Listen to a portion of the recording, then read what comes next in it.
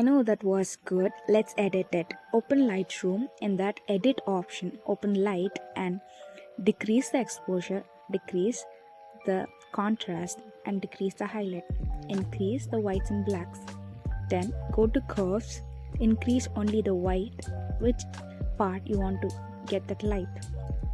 Then open color mix, and whichever the color you want to highlight or adjust, you can see.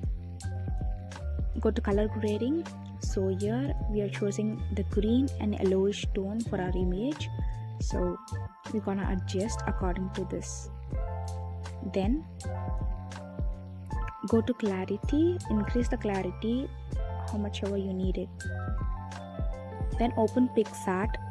If you want this kind of text on your image, click on the option draw and then type whatever you want.